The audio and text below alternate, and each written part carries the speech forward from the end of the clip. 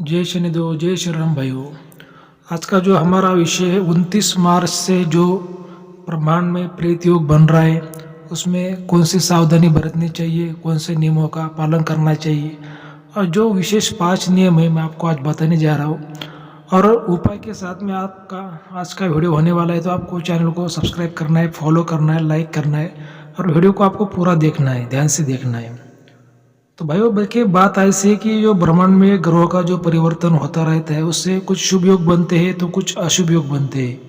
तो ऐसा ही जो अशुभ योग अभी जो बनने जा रहा है ब्रह्मांड में, शनिदेव भगवान और राहु देव की युति है, उसको पिशाच योग, प्रेत योग कहते हैं। और नाम से ही आप सब लोग जानते हैं कि ये ऐसा जो नाम होता है बहुत खतरनाक होता है, ऐसा जो योग होता है बहुत खतरनाक होता है। तो ऐसे मामलों में जब ये ब्रह्मांड में जब योग बनता है तो जो निगेटिव शक्तियाँ होती है, दैत्य शक्तियाँ होती है, उनका प्रभाव ज़्यादा गिरता है ब्रह्मांड के ऊपर। धरती पर मनुष्य, जीव जंतु, सभी प्राणियों पर उसका जो प्रभाव नेगेटिव ज़्यादा गिरता है और दैत्य शक्ति का जो पावर वो ज़्यादा बढ़ता है। दैत्य शक्ति का जो उतने दिन तक वो राज रहता है ब्रह्मांड पे। जैसे आप सब लोग जानते हैं कि 12 साल में जो कुंभ मेला आता है देवता शक्ति का, 2 महीने रहता है। वैसे ही मान लीजिए कि 18 साल में कुंभ मेला आता है दैत्य शक्ति का। जैसे देवता शक्ति का 12 साल में जो कुंभ मेला आता है उसमें कुछ विशेष दिन होते हैं, जैसे शाही स्नान जैसे। वैसे ये 18 साल बाद जो दैत्य शक्ति का कुंभ मेला आ रहा है, इसमें भी इनके कुछ विशेष दिन होते हैं। तो कौन से होते हैं? तो जैसे उसमें अमावस्या होती है, पूनम की रात होती है, चंद्र ग्रहण होता है, सूर्य ग्रहण होता है, ऐसे कुछ उसमें कुछ अष्टमी होती है, कुछ ऐसे इनके विशेष दिन होते हैं। तो ये 29 मार्च से ये योग बनना चालू हो जाएगा और कम से कम 31 मई तक ये योग रहेगा। मतलब अप्रैल और मई, ठीक है, 2 महीने तक ये योग रहेगा।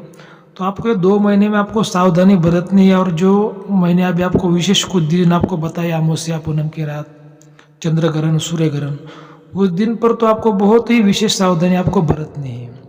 तो कौन से 5 नियम है उसके बारे में आज हम चर्चा करने वाले हैं। और उसमें बाद में उपाय भी मैं आपको बताने वाला हूँ, कौन से मंत्र का जाप करना चाहिए, कौन से देवता का उपाय करना चाहिए।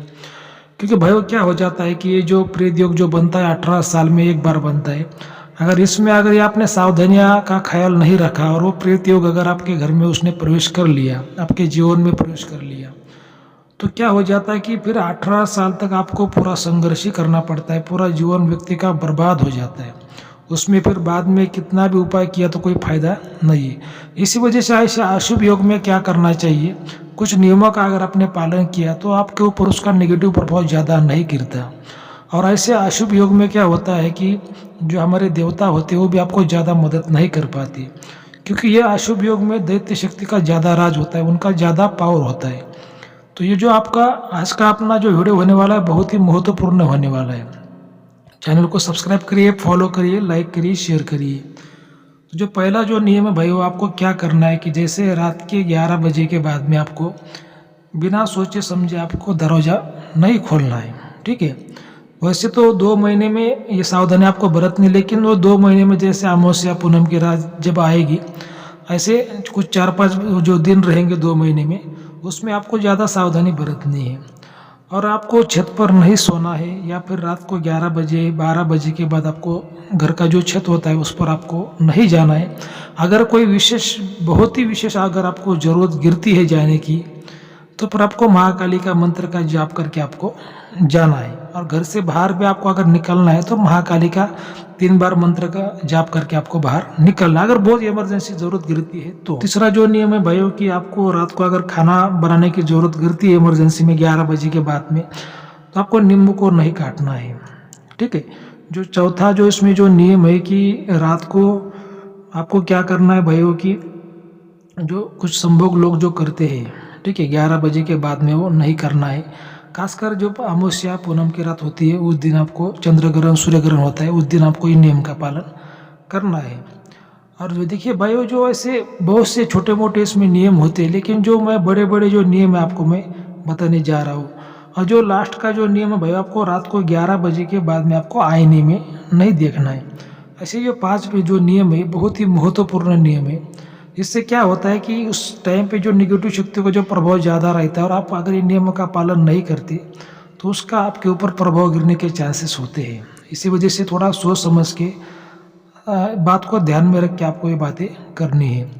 तो भाइयों अभी ये तो हो गया अपने 5 नियम, लेकिन उसके लिए उपाय क्या करना चाहिए? तो इसके लिए एक ही उपाय है कि महाकाली की शरण में जाना, महाकाली के मंत्रों का जाप करना। तो महाकाली का कौन सा मंत्र होता है? सबसे जो पावरफुल जो मंत्र होता है कि ओम एम ह्रीम क्लीम चामुंडा विच्चई नमः। ये मंत्र सबसे पावरफुल होता है। जितना हो सके उतना दक्षिण दिशा या फिर पश्चिम दिशा की तरफ मुँह करके आपको ये मंत्र बोलना है। सुबह जब आप स्नान करते हो या फिर रात को जब आप पूजा करते हो शाम के समय में, उस टाइम पे आपको ये मंत्र बोलना है। जितना हो सके उतना आपके मर्जी के अनुसार, आपका जितना आपको टाइम मिलता है, जितनी आपकी क्षमता है, उतना आपको महाकाली के मंत्र का जाप करना है, साधना करनी है, भक्ति करनी है। अगर आपको इसके जो प्रेत योग बन रहा है, जो पिशाच योग बन रहा है, इसकी शांति के लिए अगर आपको कुछ विधि हवन करवाना आप चाहते हैं तो आप दिए गए नंबर पर आप हमें कॉल संपर्क कर सकते हैं। लेकिन जो उसकी जो फीस होती है, दक्षिणा होती है, वो लागू रहेगी। इस बात का आपको ध्यान में रखना है। किसी किसी लोगों की कुंडली में जन्मतः ऐसा योग होता है, पिशाच योग, प्रेत योग, उनके लिए भी शांति की जाती है।